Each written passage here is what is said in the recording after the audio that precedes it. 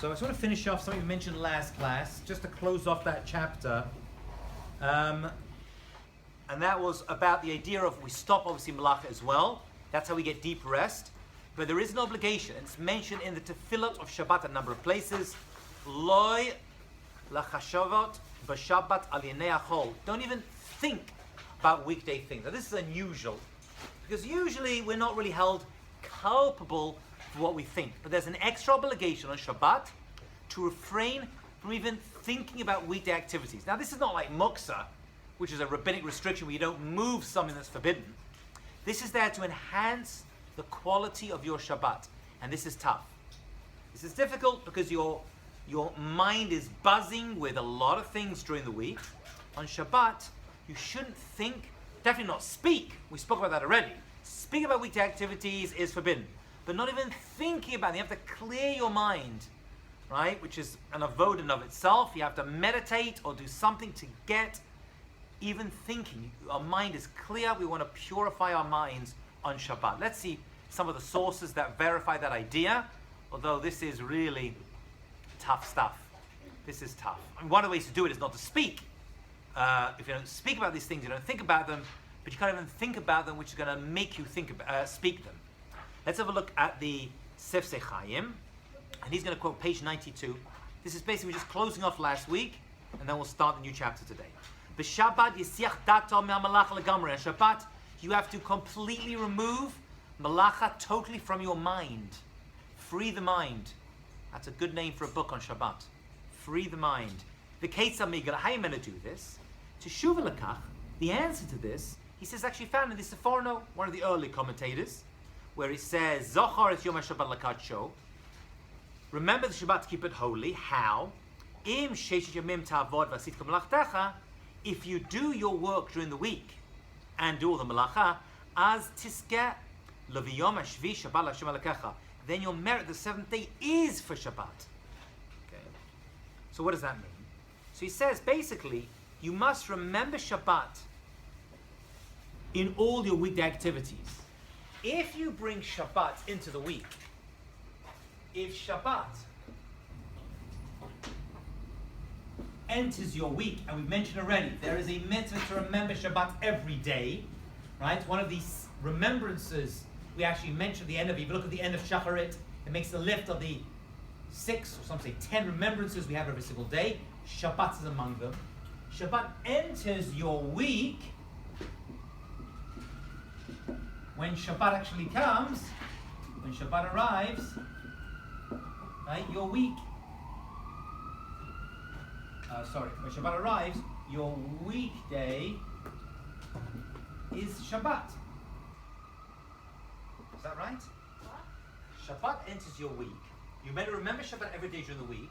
So when Shabbat arrives, I'm sorry, this is wrong.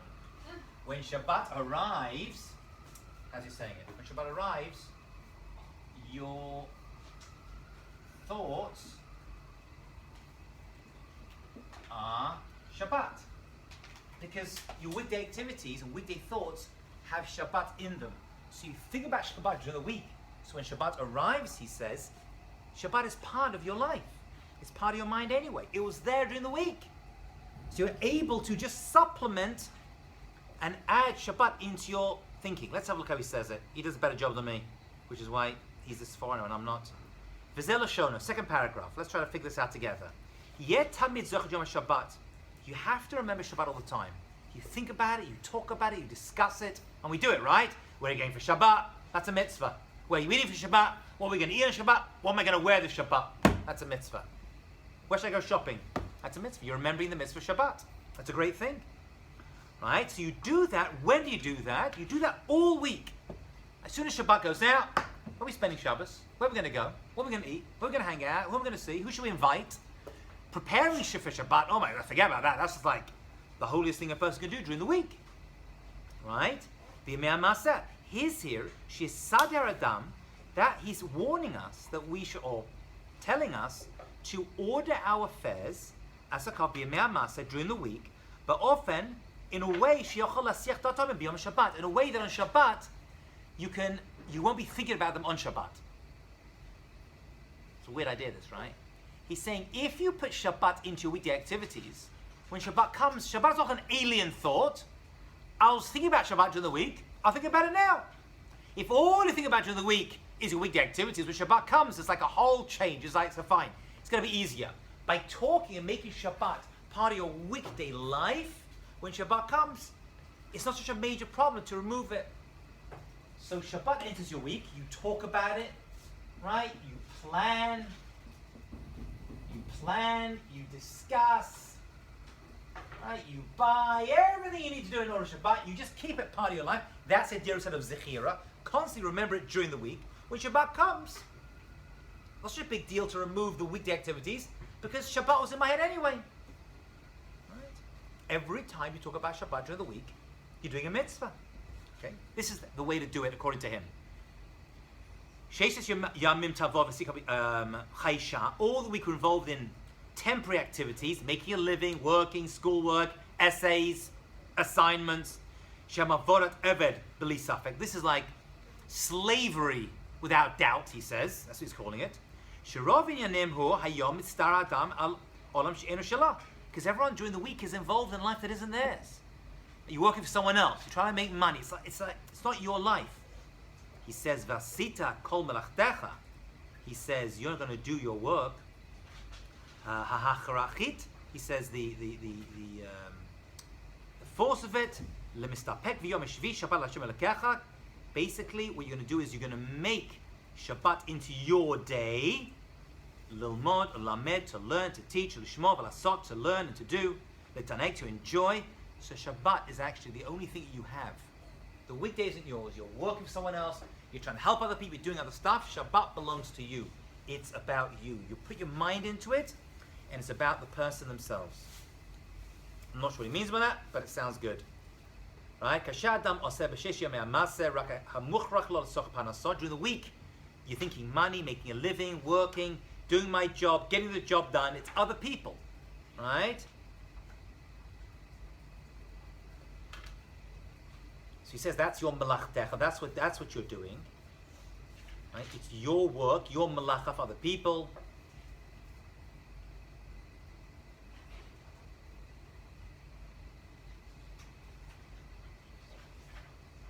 It's like that's like a form of idol worship. Like a form of slavery. Right? Ka'oved avodat eved. You're like working hard. And he says, Mabat zeh, by taking on this outlook, Gorim shekasher b'Shabbat asur la'avod. If you're constantly thinking that on Shabbat, I cannot do anything else. If you're thinking of Shabbat during the week, when Shabbat comes, you'll enjoy the rest a lot more, and you won't even think about your work at all, because you were anticipating Shabbat so much. All you wanted to do was get rid of that other obligation that you have. Okay, tricky piece, but that's what he seems to say. Okay, that's our new chapter. Let's talk about Kedushat HaShabbat, the unique and excelled holiness of Shabbat. Okay. Kedusha of Shabbat. Now we mentioned already that the first time the word Kadosh appears in the Torah, it's in relation to Shabbat. So immediately we see that Kedusha is in relation to Shabbat. That's the first time. We mentioned the Vilna Gaon says the first time an idea appears, it connects to its inyan. What we need to figure out is what that word means. What is Kedusha? What does the word Kadosh actually mean? In order to figure that out, we have to do what I've done a few times in this school, is see where else the word Kadosh appears in Jewish life, history, and everywhere else. Where do we see the word Kadosh elsewhere? Not all at once, calm down. Yes? Goy Kadosh. What does that mean? Holy nation. Who's the holy nation? Right, so the Jewish people are called a Goy Kadosh. Who else is called a Goy Kadosh? Goy? Yeah. I thought that's a non... Goy is a nation. Goy is a nation. The Jewish people are referred to as a Goy Kadosh, or a holy nation. Who else is called a Goy Kadosh within the Jewish people? There's your clue. The Kohanim. were separated with extra kedusha, which were certain things they cannot do and certain things they must do. And they were the ones who worked in the Beit HaMikdash. The Jewish people. Where else do you see the word kadosh?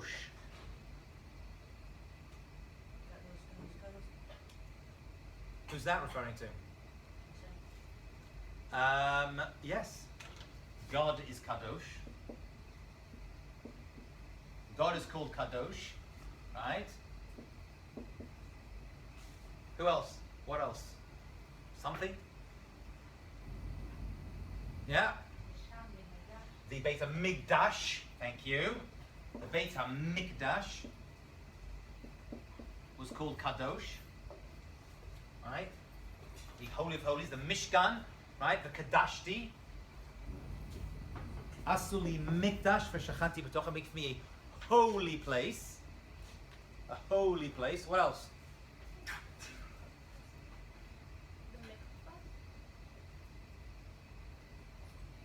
Well, that is matire a person. It purifies a person. Country, maybe you've heard of. Any country referred to as kadosh? Eretz HaKodesh, the whole country. Israel, Yisrael is called kadosh, isn't it? Yeah. Eretz HaKodesh, you heard that expression before? It's got kedusha attached to it. Yeah? Sound familiar? Tina.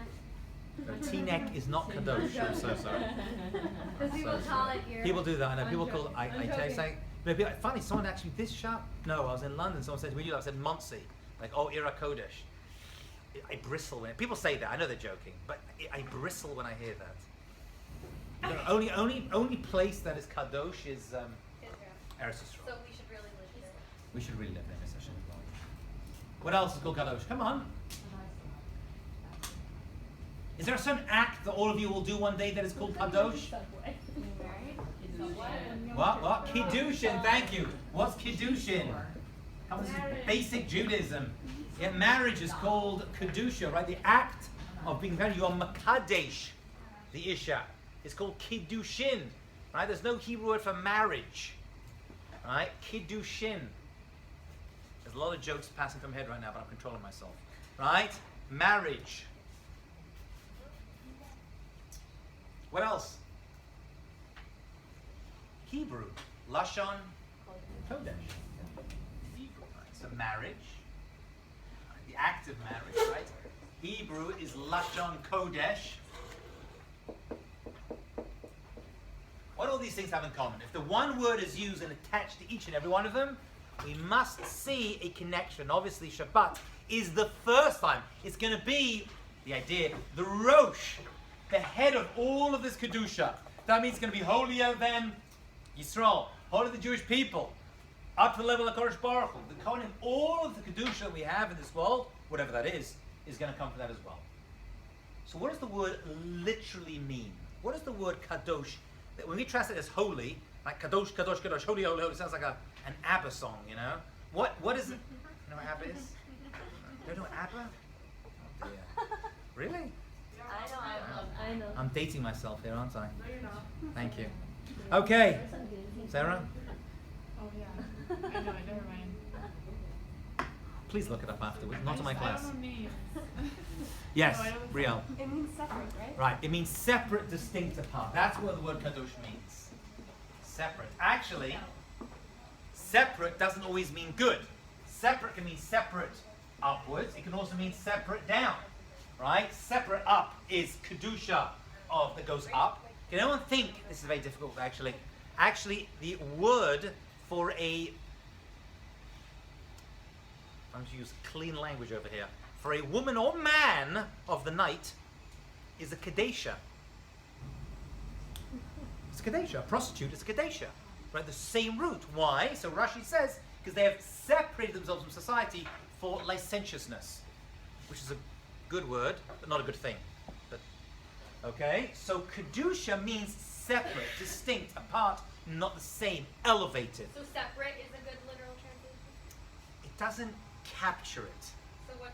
It doesn't capture it. It's good enough, but there's no English word that comes close to this because there's so much loaded in the word kedusha, right? It is separate. It's not the same. It's elevated. Okay. It's actually a very famous Rashi, machloket Rashi and the Ramban, as to how you actually define the word. According to the Ramban, kedusha is a mitzvah. To be kadosh, it's actually very interesting. I should have brought it down, but it's very interesting. He says there is a mitzvah to be kadosh. Right? Where do we see that mitzvah? In Kedoshim to you. You should be holy, right? It's got its own chapter in the Torah. Right? If you want to see how to be holy, go to the chapter of the Torah that's called Kedoshim, the holy ones. Interestingly, Shabbat is mentioned in there, and most of the other information is actually interpersonal relationships. Treating other people in business with respect. Interesting, right? You would have thought Kedusha is all about being holy, sitting on a mountain, meditating, fitting one with God. No, it's actually most of it is Shabbat, and being honest in business, and being good with not taking revenge, right? Bearing a grudge, hating other people, being respectful, not speaking Lashon Hara. That's actually how we define Kedusha. It's like chesed, pious, no? Actually, according to the Ramban, no. He says any person that, I'll get this machloket right, Rashi, Ramban. Rashi says if you separate yourselves from things that are forbidden, you become kadosh. Right? So you don't get involved in forbidden sexual relationships, you don't eat non-kosher food, you keep, if you separate, you don't break Shabbat, you become kadosh. That's Rashi. This right, this is interesting. Rashi says, stay away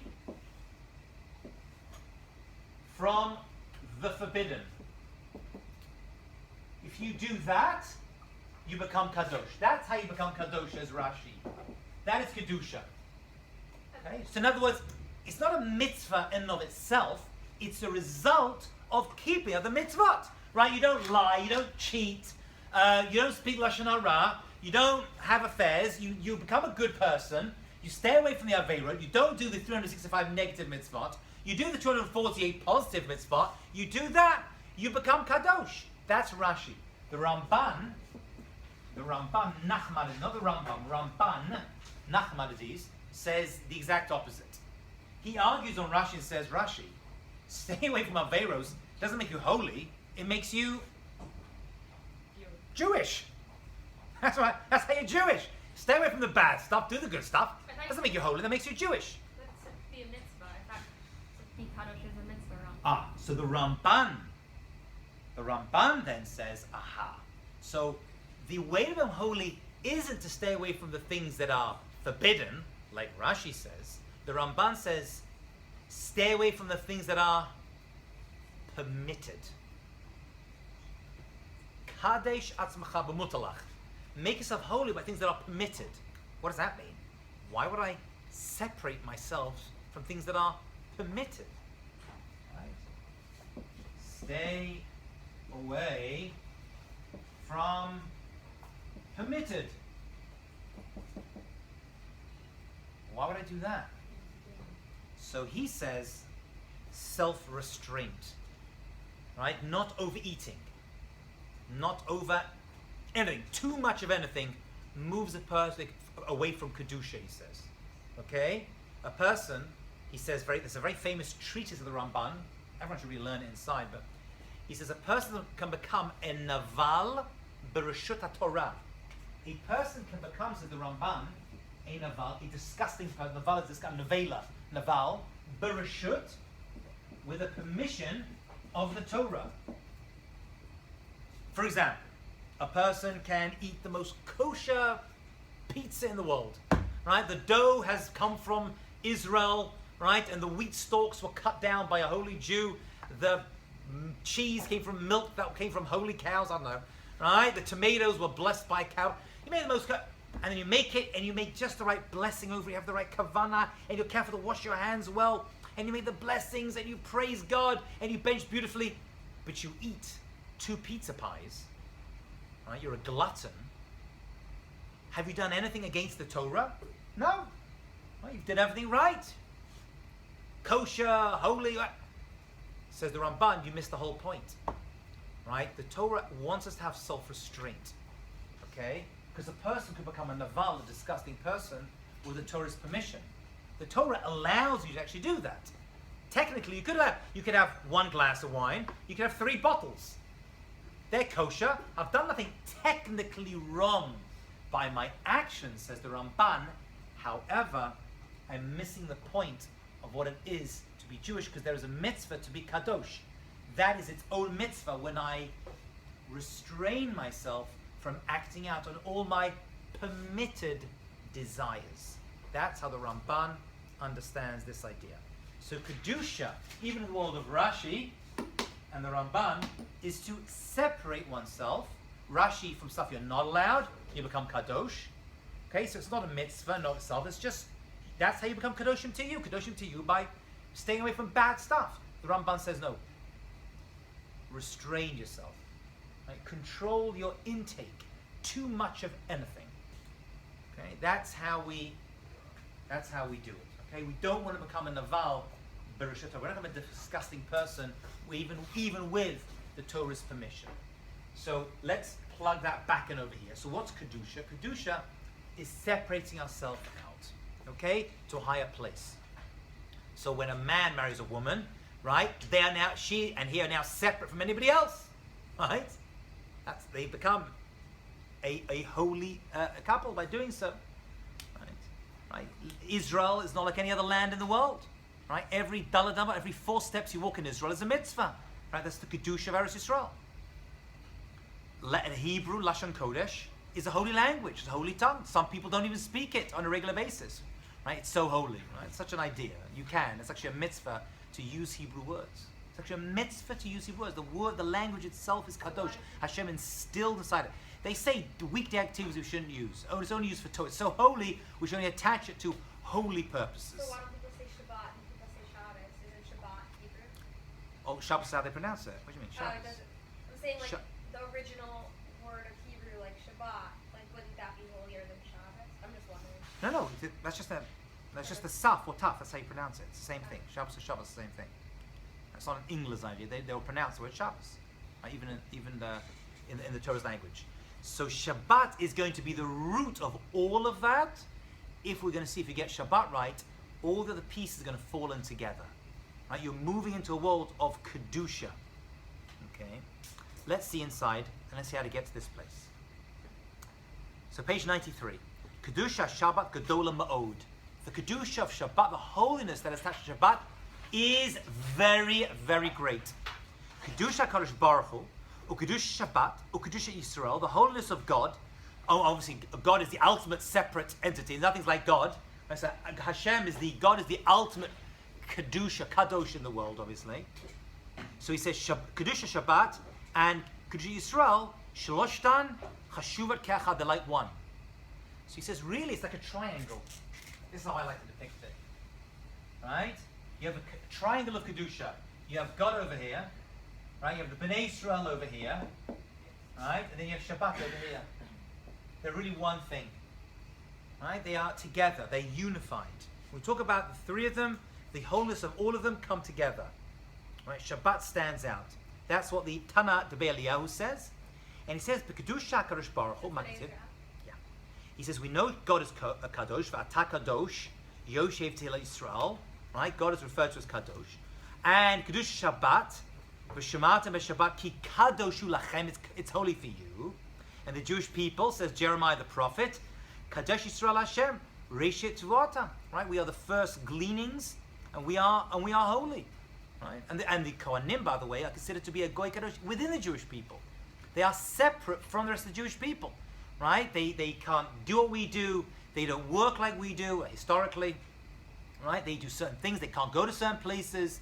They work in the Kodesh Kedoshim, in the Beit HaMikdash. Right? So they have a special status of Kedusha within the Jewish people. Right? That's how even they are separated out. Says the Vilna Gaon, halfway down page 93. That's the Gra, the Gaon Rav Eliyahu. Kedusha Shabbat Gedula Ma'od. Right? And even says Shabbat Kodesh Kedashim. Shabbat is not just like the Beit HaMikdash. Shabbat is like the inside of the Mishkan, the Beit HaMikdash, where the Holy of Holies was kept. The Holy of Holies is equal to Shabbat. Okay? So that place, the Holy of Holies, where obviously the Ark of the Covenant was kept, with the Luchot, the tablets, and with the original first ever Torah that Moshe Rabbeinu wrote, that was kept in a box. Some say the Torah was kept outside on a shelf. Some say it was kept inside the ark itself, the covenant. That is what Shabbat is compared to, the holy of holiness. Okay.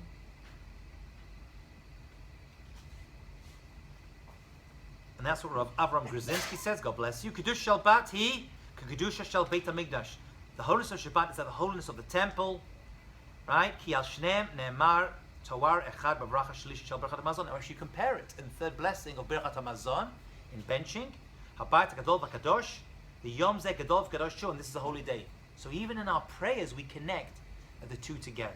Now we mentioned originally, if you remember early in the course, was that the Beit HaMikdash was destroyed, but Shabbat took its place.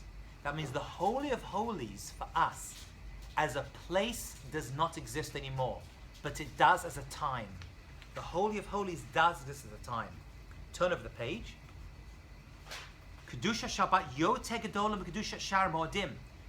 By the way, don't even try to compare Shabbat to the other Jewish holidays. The other holidays are, all of them, are secondary to the holiness of Shabbat. Kafish Anu Amrim, as we say in our tefillot on Friday night, you have made it holier than all other times. Now, you see, the word holy means we're separate. Shabbat is separated. All other times have a level of Kedusha, right? On various levels. Weekday. Then we have Rosh Chodesh. Then we have Jewish holidays. Then we have Yom Kippur. And crowning all of the times is Shabbat. Okay? Hey Modei Kadosh, Shukam Kedusha v'Srum Malacha. On those days, you cannot do Malacha on the Jewish holidays. But we hear that. Ach Shabbat, Mekudesh Yoter. There's a whole extra. You cannot even do Ochel Nef. You can't even cook. All Malacha is refrained from on Shabbat. Okay? So if anyone says to you, as I like to always say, the holiest time for the Jewish people, what's the holiest day in the year? And people invariably say Yom Kippur. And you should say that's not true. Shabbat is holier than Yom Kippur. And I'll even give you a halachic proof for this. This is Levush on page 94. And he says, one way to recognize that Shabbat is holier than all the other days is by the amount of people who are called up to the Torah on any given day. On a weekday, Monday or Thursday, there are 3 people called up to the Torah. On Rosh Chodesh, there are 4 people called up to the Torah, 4 aliyot. On the Jewish holidays, or the Chagim, there are 5 aliyot. On Yom Kippur, there are 6 aliyot. On Shabbat, there are 7. The Levush says the fact you see more people coming to the the Torah is Kadosh, I'm sorry. I've got the most important one, right? The Torah is called Kadosh, right? Because it's the ultimate Kedusha, right? So on Shabbat, so I just put that back in there. Shabbat is 7 people called up. More people called to the Holy Torah in the shul on Shabbat. Oh, that's the proof, he says. You're dealing with holy than any other time. Dealing with holy than any other time. It's an interesting discussion why Yom Kippur, I've thought and spoken about this a lot and discussed with a lot of people, why Yom Kippur is seen as the holiest day. It's an important day. It is secondary to Shabbat. Because if it falls Can you on summarize Shabbat, we still do it. What? If it falls on Shabbat, we still do it. That's why we allow it to. We said already that it's Shabbat. So we do allow Yom Kippur to fall on Shabbat. That's because Shabbat permits it to come in. Because really Yom Kippur is a happy day because our sins are being wiped away. That's related to it. But Shabbat is greater.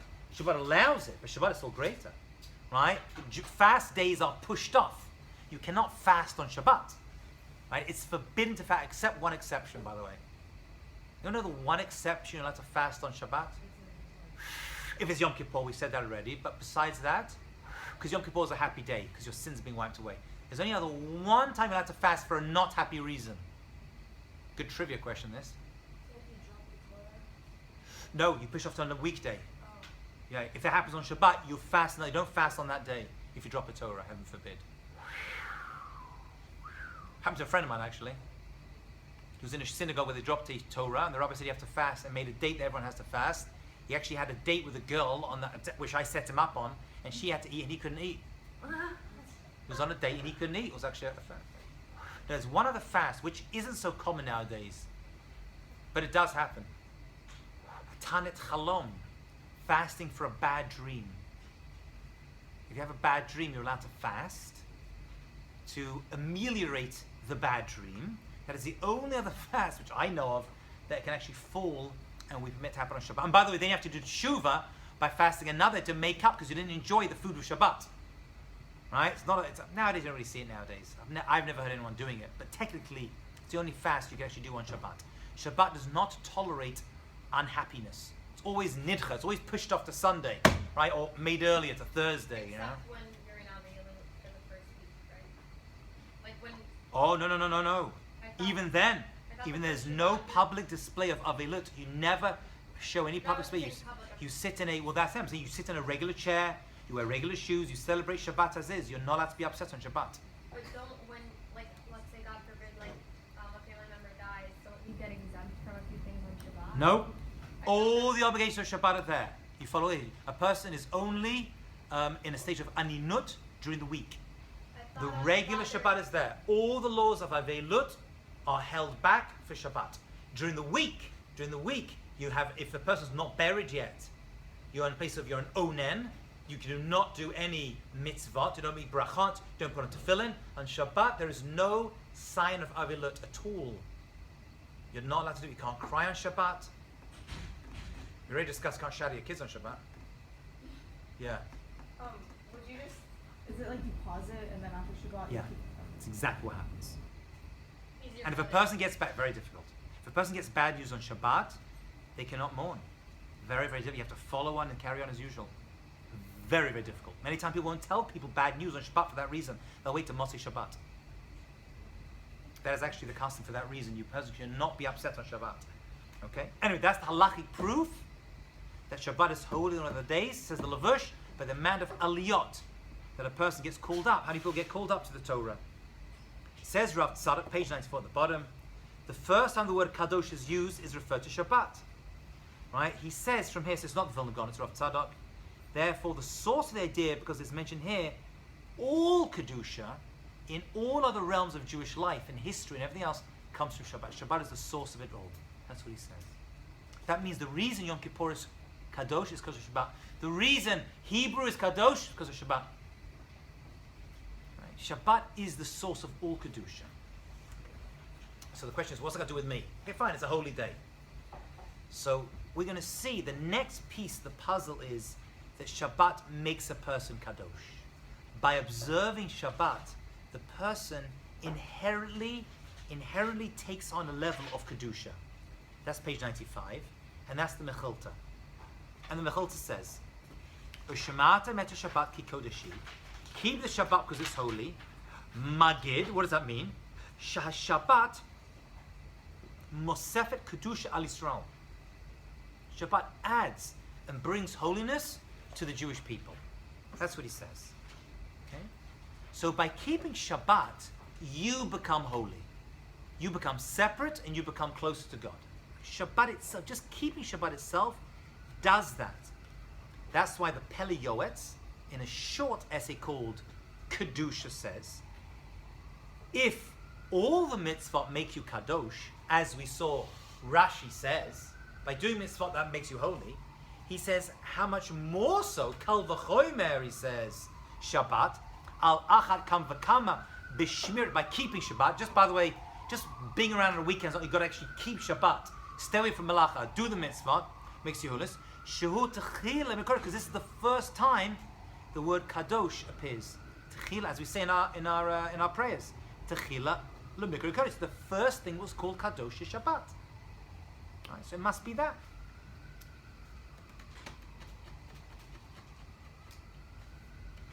Okay, bottom page 95. Let's add to this and see how this works. How does this work? Because we're saying that Shabbat is a time. I go to a place, I get holy. I go to a synagogue, I go to the Beit HaMikdash. Now we're seeing something very, very revolutionary. I hope you appreciate it. By just entering a time, you become Kadosh. The time itself is Mekadosh Adam. Very important, they write this down. The time itself, Of Shabbat.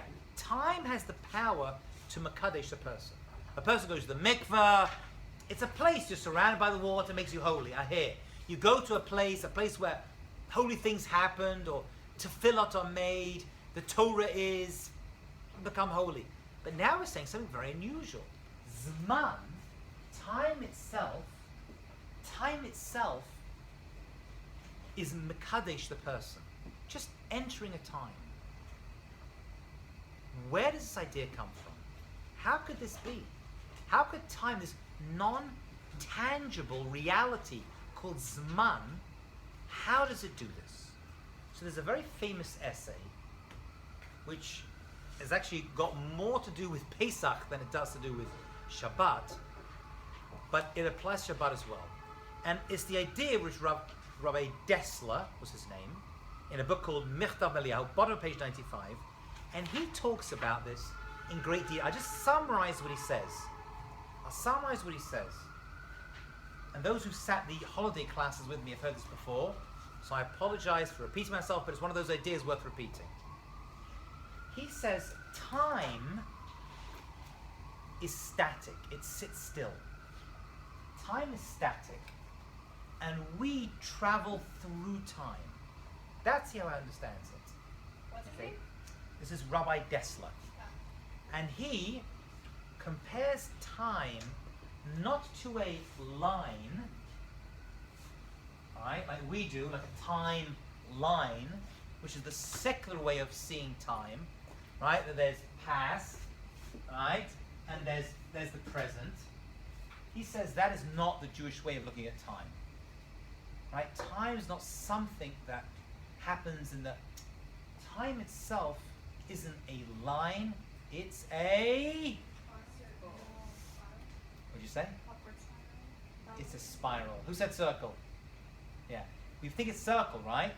But it can't be a circle. If it was a circle, you'd revisit yourself at the end of the year. And that'd be very trippy. You can't be in the same place from where you started, Nachon. He says it must be a spiral. That's a very famous treatise. So let's just work through this for a second, because we have to work out how time works. Okay? I remember when I did sociology at university, and I did a course like in anthropology, they're very into time. Like how we understand time is a very big topic. This is the Jewish view in a nutshell of how time works. Time can't be a circle, and it can't be a line, because if it's a line, that point is gone and can never be recaptured. Right? Past is gone. For us, we actually get to be in the same place we were before. Okay? So I like to think of it as like a spiral. Right? It's a spiral, or you know, one of those parking lots. You go up. Anyone heard this idea before? Put your hands if you've never heard this idea before, because I don't want to repeat it if you haven't. Never heard this idea before? Okay, it's a very important idea. Let's spend a few minutes just getting ahead of this idea, because it'll explain a lot to you, by the way. Let's just call that Pesach, right? It's coming up in a few days. Okay, so Pesach is what date? 15th of Nisan. Right, 15th of Nisan, Nachon? Right, that's Pesach. See, what happens is, I then move 1 year later, and I reach, what? 15th of Nisan again. Right, it's 15th of Nisan. Right? I'm in the same place, but I'm 1 year on. Or upwards probably is better, but let's just go downwards, right? So we start off here, that's year 0. Then it's 1. Then it's 2. Then it's 3. Then it's 4. You get to the same place you were before, but you're 1 year on. This is very important. Okay? This is actually the understanding of the verse, by Yamim Ahem Bezman Hazeh. Those were the days it happened in the past. Chanukah happened in the past. Pesach happened in the past. Right? Purim happened in the past. But this is the Zman, which means that we travel, says Rabbi Dessler, on a train and reach various stations in the year. He says actually the word here, that's the word he uses. We visit various tachanot. We visit various stations in the year. Okay? When we get to those places, we get to grab certain things that are available at that place. Literally, you're traveling through time, and you get to various stops. The first stop is Pesach. What do you get? What is the Zman of Pesach? Right? Chayrus, freedom. So once a year you go free. Once a year you go free. That's a given. Okay. It's interesting. It says fascinating proof to this. It says that Avram Avinu kept Pesach. How could, that's what Rashi says. Rashi says Avram Avinu kept Pesach. Lot ate matzah on Pesach. Right? When the angels came to rescue him, right, take him out of Sodom, it was Pesach, he's eating matzah. How do we know? Because it says he had ugot. And Avram Avinu gave ugot to his guests. What's ugot? Ugos. So modern Hebrew means cakes. Biblical Hebrew means matzah. How do we know? Because when the Jewish people left Mitzrayim, they had ugot on their backs. They carried out ugot with them. How could Avram Avinu keep Pesach when the Jewish people hadn't even left Egypt yet? It doesn't make sense. You can't celebrate the exodus from Egypt before we even got in. So the commentators say something fascinating. It's like, no. There is a time called Pesach. From the beginning of creation, it was always there. What's that time? 15th of Nisan. That is the time of Pesach. It happens to be in the Jewish year 2448. When the Jewish people left Egypt, they were able to tap into that time and go free. Because that's the time of freedom. Which means we don't celebrate Pesach to remember we left Egypt. We left Egypt because it was Pesach. What? Can you repeat that? I will repeat now. We don't celebrate Pesach as a remembrance of leaving Egypt. We left Egypt because it was Pesach. It was time of freedom. It always was. Happens to be that Avram Avinu knew that time was Pesach and knew that the food of that freedom is matzah. Matzah equals freedom food. How he knew it, I've got no idea. It was a novi, right? He was able to tap into that energy. So the reason we left Egypt was because it was Pesach. So when I stand on Pesach, I'm not commemorating an event. I'm actually there. I mean, many years later, 328 years later. Right? But I'm in the same place. What is that place? What is that place? That's freedom. Where can I see an example of how a person can go free on Pesach? Very simple. Look at the Jewish people when they left Egypt. That just shows you the power of the time. The time itself is freedom. And so we travel on. And we travel through the year. We get to another place 49 days later. What happens 49 days after leaving Egypt? Shavuot. We follow the same schedule. 1 second, Sarah, I'll come to you in a second. We follow the same schedule. What's Shavuot? The time of Zman Matan Torah Seinu. Time to give you the Torah. That doesn't mean, oh, I'll celebrate that I got it. No, you get to do it again. The same Torah that was available then, available now. It's Bayamahem, those are the days. But this is the Zman, which means Hashem gives the Torah every single year at this time. So there are various times you get Torah at that time. So as you travel through, you're grabbing stuff. And people have left stuff for you. It's like New Year's Eve. Right? Let's say Brielle calls me and says, Rabbi, let's go to Times Square New Year's Eve. I want to see the ball drop. I'm like, not interested. Like, no, come with me. Okay, fine. So I go to New Year's Eve. I go to Times Square, right? To the big ball. Everyone's like, oh, big ball. Then it comes. Okay, we go. A year later, she says, let's go back. Do I see my previous self in Times Square? No, but it's the same place. Could I leave something for myself there and pick it up a year later? Could Times Square have changed over the year? The same place. That's exactly what it's like. Time for us is like a place. Zman is a makom. Zman is like a place. Time is like a place. You can revisit it. Just like you can revisit Times Square a year later and leave stuff there and see stuff that's been put up over there. You revisit a time. I don't see my previous self from a year before unless I got completely drunk. Right? That'd be impossible. Because it was a year ago. But it's the same place. That's how to understand time. Time itself is a place. Okay, and there's bad times as well. Right? What bad times during the year? Tisha B'Av. Tisha B'Av, the 9th of Av. That's a bad time. There's some things we don't do. Right? We fast and we mourn and we sleep. But there's stuff, well, actually we're not mourning. It's actually a Yom Tov. But we are doing certain things, right? We don't go to do business deals with people in 9 days. Right? We don't listen to music. Why? We're commemorating bad stuff from the past? No, we're in the same, it's a bad time. The time itself is a bad place to be. The time itself is a bad place to be. So there's good times and there's bad times. Are we getting it? Okay. So every Jewish holiday is a certain time. Really, every day has this power.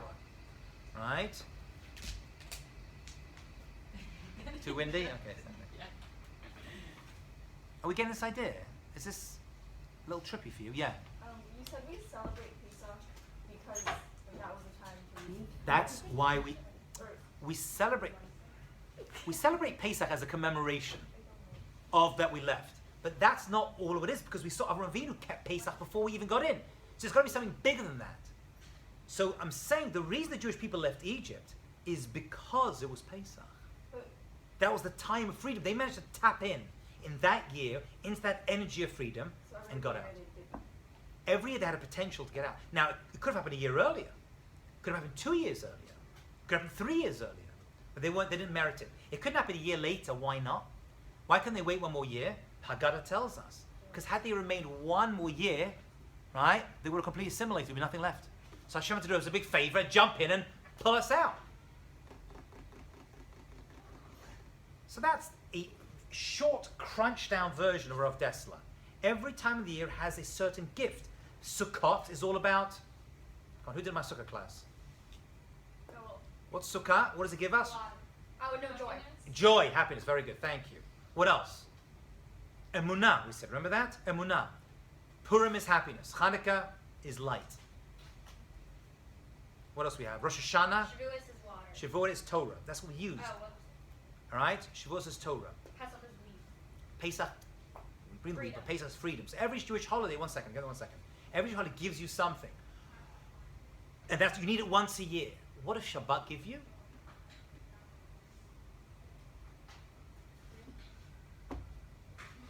Holiness. Gives you Kedusha. Right. That's what it does, yeah.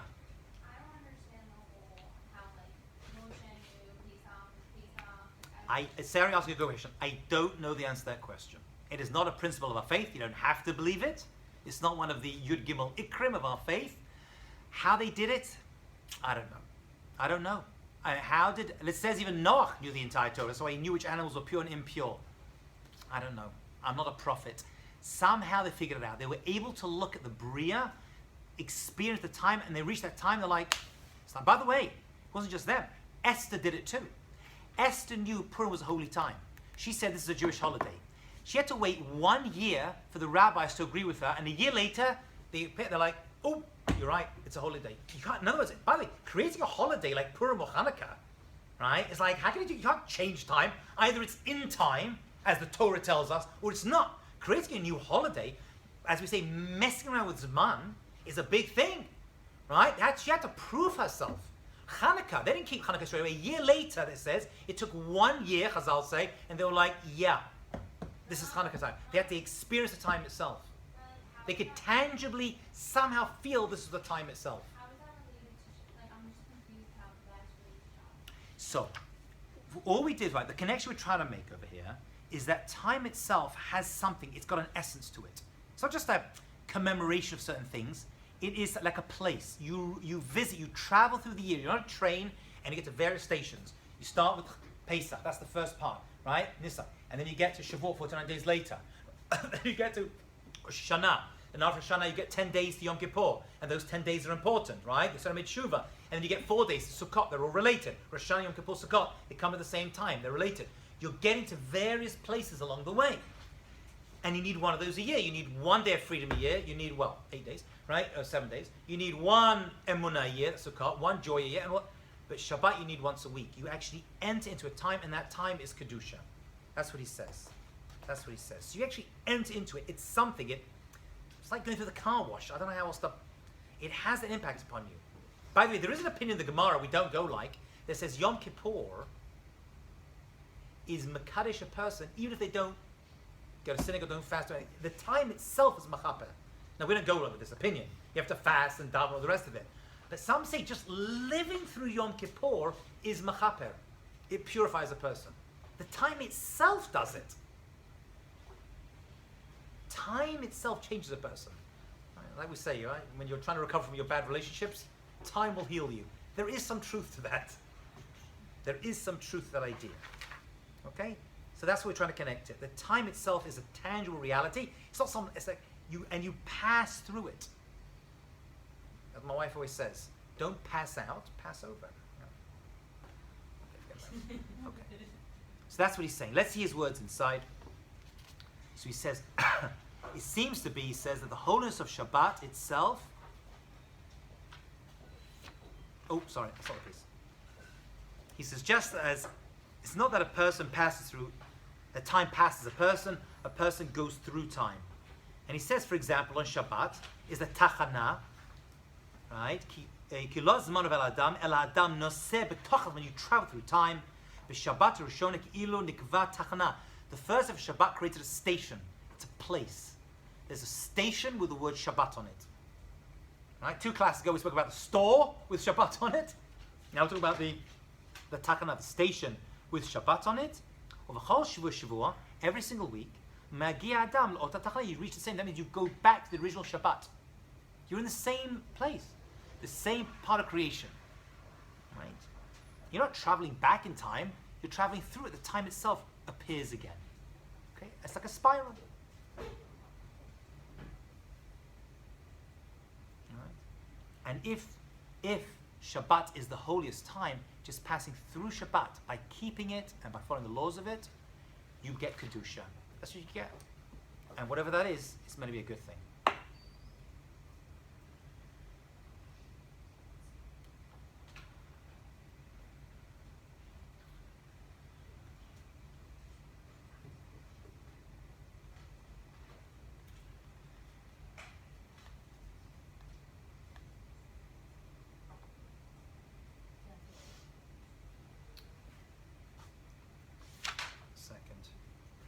That was the bulk I wanted to do today.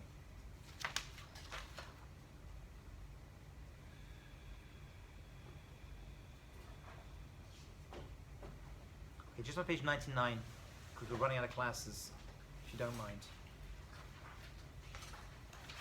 That's why he says it's more important than any other time in the year to make sure we don't do Aveirot on Shabbat.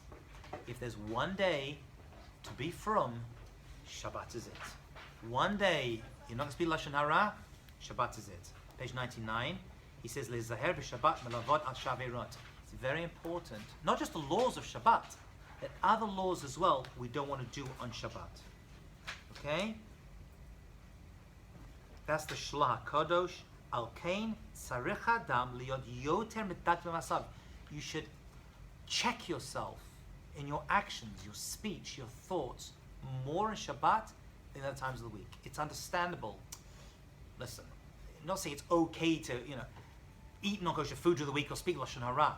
But if there's one time that you're going to work harder and really be that person you want to be, Shabbat is it.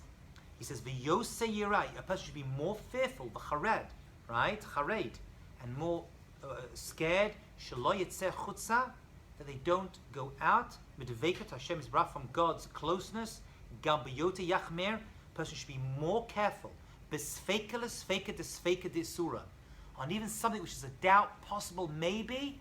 During the week you may do it if it's a doubt, on Shabbat you don't do it. On Shabbat you keep super kosher. Obviously the laws of Shabbat is obviously we're including that, right?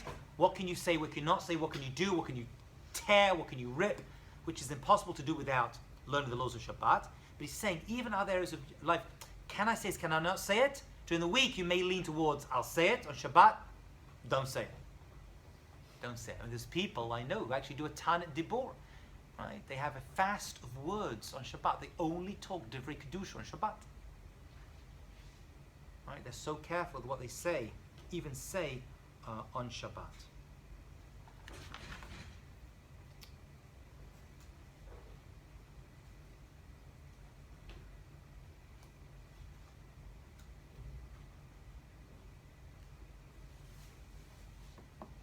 Okay, let's stop over there. We'll finish this off next class, and then move into the next chapter, Neshama Yisera.